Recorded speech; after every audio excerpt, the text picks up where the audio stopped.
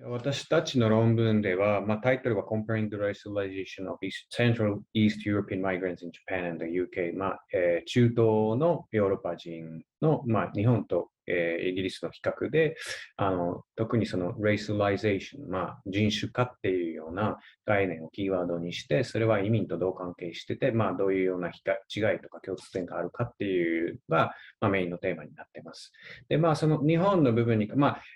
ギリスに関しては、その新しく、EU に加盟した、東ヨーロッパあるいは中央ヨーロッパの国々の出身者は、特に安い労働者、産経労働者として、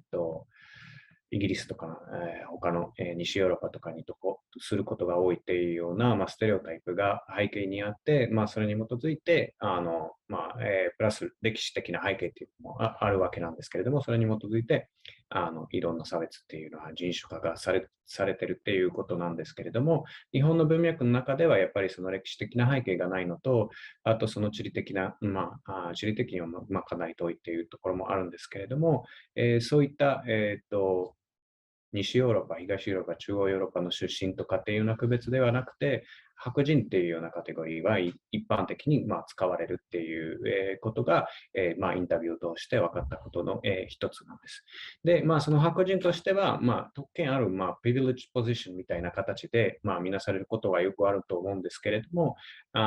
その反面では、やっぱり社会的には排除されている部分があるっていうことも、我々のこの、研究で明らかになってきた一つのこと、なんですね。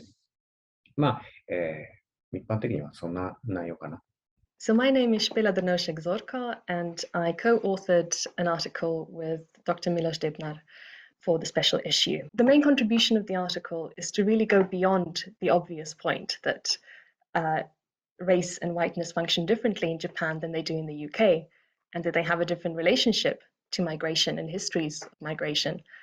to actually investigate what comparing the experiences of a particular migrant group, in this case, migrants from Central Eastern Europe, can tell us about the processes of racialization. So we compared what these processes have in common, for example, the significance of both visibility and exclusion in both Japan and the UK, but we also compared what they perhaps don't have in common, the differences that might be ascribed to the distinct histories in each national context, but also to the different ways that local and global articulations of race come together in Japan and the UK. And another